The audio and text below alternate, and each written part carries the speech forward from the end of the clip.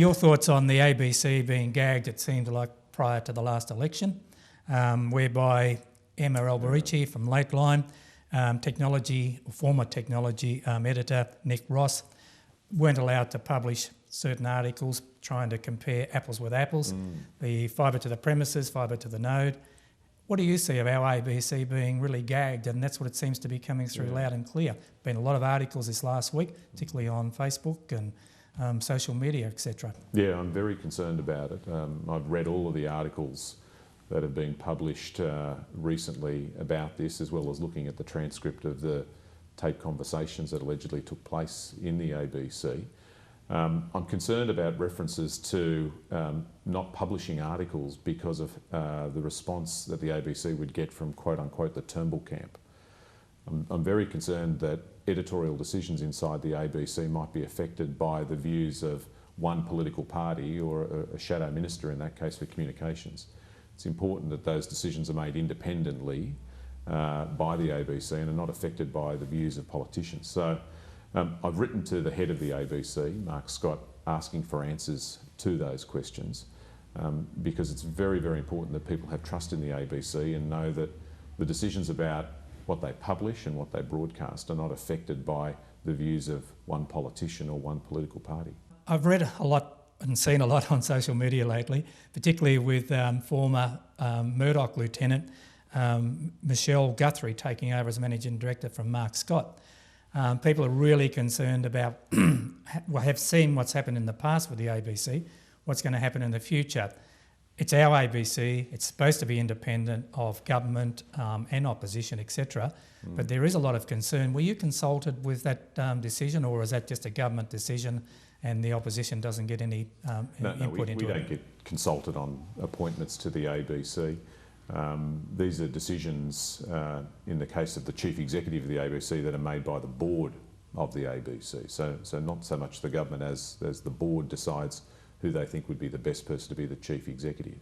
I've welcomed it. I think we need to judge people on their merits. And when Michelle Guthrie begins the job, we'll judge her on the work that she does. I think the one thing that in particular that Michelle Guthrie brings to the job is expertise in digital.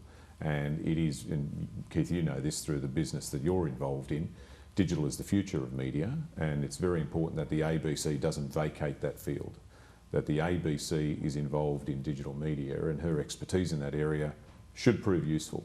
On the ABC more broadly, the gripe I've got is that under Tony Abbott and with Malcolm Turnbull as the Minister for Communications, they've cut $500 million out of the ABC. You're starting to see the effects of that on the ABC right around the country in terms of the people that have been sacked and the services reduced. And to make matters worse, the night before the last election, Tony Abbott said there'd be no cuts to the ABC. And then he broke that promise. I had to ask him half a dozen questions in Parliament before he was prepared to admit that it actually was a broken promise. You know, he was lying about lying, and that's eventually why people got sick of Tony Abbott, I think. So he's cut a lot of money out of the ABC. Malcolm Turnbull was complicit in that. We've said that we'll inject more money back into the ABC if we're elected, and we'll have more to say about that closer to the election. Just prior to Christmas, we had Senator Bridget McKenzie in talking about the cuts and her grilling of the Managing Director in the Senate estimates just prior to Christmas. So we did discuss that on a local level. Obviously, the Nationals are very concerned, as obviously the rest of us are. Well, if the National Party was as concerned as they now claim to be, they would have stood up at the time and said to Tony Abbott and Malcolm Turnbull, "Don't cut the ABC." They're all talk now. There was nothing coming out of the National Party at the time when they were cutting $500 million from the ABC. Coming back now, we're talking elections. There's a lot of discussion that it may be early coming up prior to the obviously the budget, could be after the budget. Your thoughts on that, and also your thoughts, because your leader is very unpopular. Now, Malcolm Turnbull has had a really great honeymoon period. His ratings are through the roof, and Bill Shorten's at the bottom of the barrel, you might say. How are you going to turn that around in the time? And if there's an early election, obviously there won't be a change of leader prior to the next election, but how are you going to be able to turn that popularity around? Because I watched Bill Shorten on Australia Day. He's just not breaking through. And it seems to be, it needs to be people like yourself up there, and you're probably one of the heir apparents down the track sometime, 2 or 3 of you. But what's going to happen, because you can't go to an election with the popularity of your leader so low? Over Christmas I watched The Wizard of Oz, one of those Must have young kids. classic movies. I remember watching it as a kid. It was one of those movies that was on almost every year. And watching it as an adult, I was thinking about Australian politics and the similarities between that movie and what we're seeing in Australia now. Dorothy's house lands on the Wicked Witch of the East, and everybody in Munchkinland is celebrating. And that's a little bit like everybody celebrating that Tony Abbott's gone. People were just sick of Tony Abbott, happy that he's gone. Malcolm Turnbull is the beneficiary of that because he's compared to Tony Abbott, and people are just relieved that they don't have Tony Abbott as Prime Minister anymore. And then Dorothy and everybody, they all go off on the yellow brick road to find the Wizard of Oz. And Malcolm Turnbull's a little bit like the Wizard of Oz. Everybody thinks this person's fantastic, magical powers, they can solve all the problems of the world. And then Toto pulls the curtain away and you find out that the Wizard of Oz is just a middle-aged man with a big microphone and a few tricks. That's Malcolm Turnbull. And I think the people of Australia will finally slowly work this out. And the NBN is a great way of showing this. 2 years in the job, promised the world, doubled the cost of the NBN, doubled the time to deliver it. The cost of maintaining the copper's blown out by 1,000%. All of that tells us that Malcolm Turnbull is not all that he's made out to be. And slowly but surely over the course of this year, I think that people will realise that Malcolm Turnbull is a bit like the Wizard of Oz, just a middle-aged man with a microphone and a few tricks. I like some of your analogies. I was watching one of yours yesterday where you spoke about, we'll come to the Republic, he's, pardon me, he's like a NASA rockets, discarding the rockets as we're going down, and that's what you're referring to Malcolm Turnbull, having talked about same-sex marriage, talking about climate change, talking about all the other things that are going on, and it seems like, as you mentioned, the wheels seem to be falling off the cart a little bit with the plebiscite, same-sex marriage. We had Eric Abetz saying one thing yesterday, well, he may or may not vote. Then you've got Corey Bernardi, pardon me, saying that I definitely won't vote for it.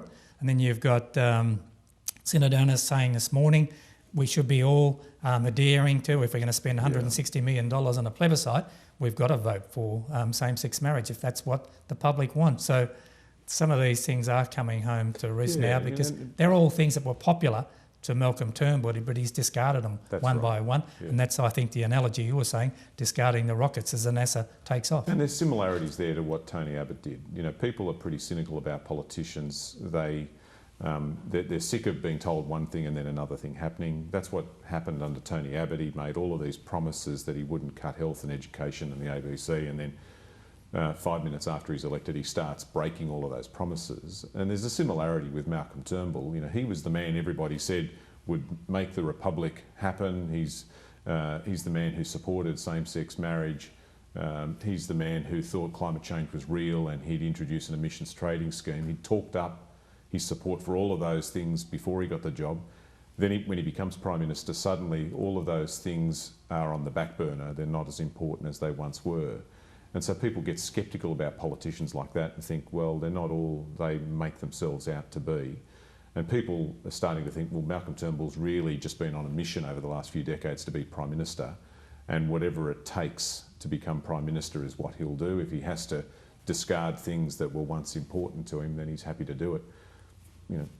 We want politicians, don't we, that get into Parliament to actually do the things that they believe in and to change things for the better, not just to get the job and to make things up along the way to get there. And if Malcolm Turnbull becomes a person like that, I think eventually that's going to catch up with him. There was a strong moral ground for all those issues that we talked about, like the Republic, and now the wheels are falling off the cart with everything as we sort of end up. And I guess it's quite sad to see a person that was very dominant in his early years of Parliament, stood by his conviction, but unfortunately now seems to be controlled by Tony Abbott's right-wing mates in the party. Eric Abetz has been very vocal. They're not going to lay down, and he's not going to have an armchair ride through to the election. So, as many people have said, if you're disjointed going to an election, if you can't govern yourself, how can you govern the country? And, to understand the Liberal Party, there's two types of of people inside the Liberal Party. There's the Liberals and there's the Conservatives.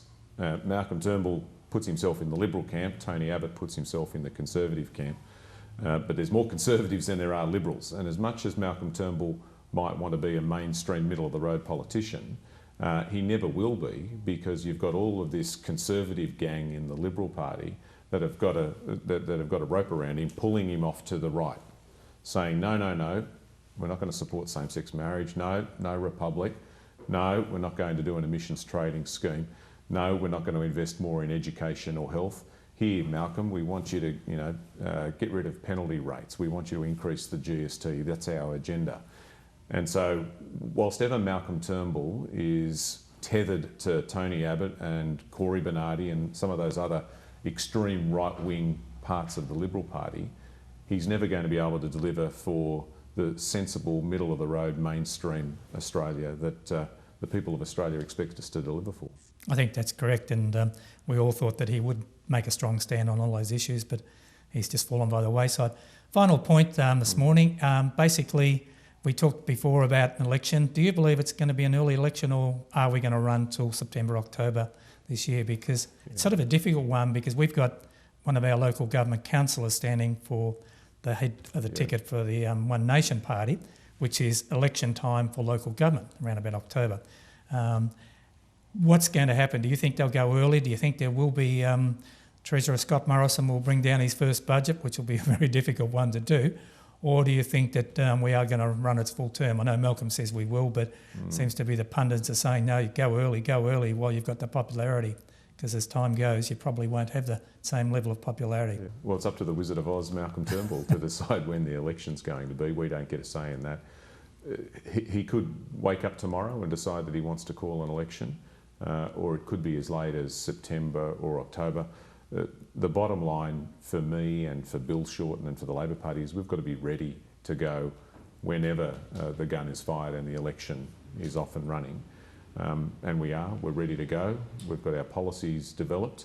We've got great candidates in the field, fantastic local members like Lisa Chester, who's been a fantastic representative this term for the people of Bendigo, and will be a fantastic local member in the future if she wins the opportunity to continue to represent the people of Bendigo. So we're ready to go. Malcolm Turnbull just has to decide when he wants to call the election. Well, Jason, thank you very much for appearing on the Pointy End today. I wish you well. Thank you for coming to Bendigo. I know you've got a very busy day. And you're right, I was talking to somebody only yesterday about Lisa Chester's playing bowls the other morning, and gave a great speech, her and Steph Ryan from the Nationals.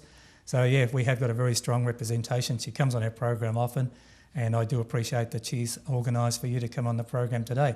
And thank you once again for appearing on the Pointy End, and I wish you well with your career and the election ahead of you, whenever that may be. And I hope to hear something about the Wizard of Oz, some of your terminology. So I like that one this morning, so thank you. Thanks, Keith.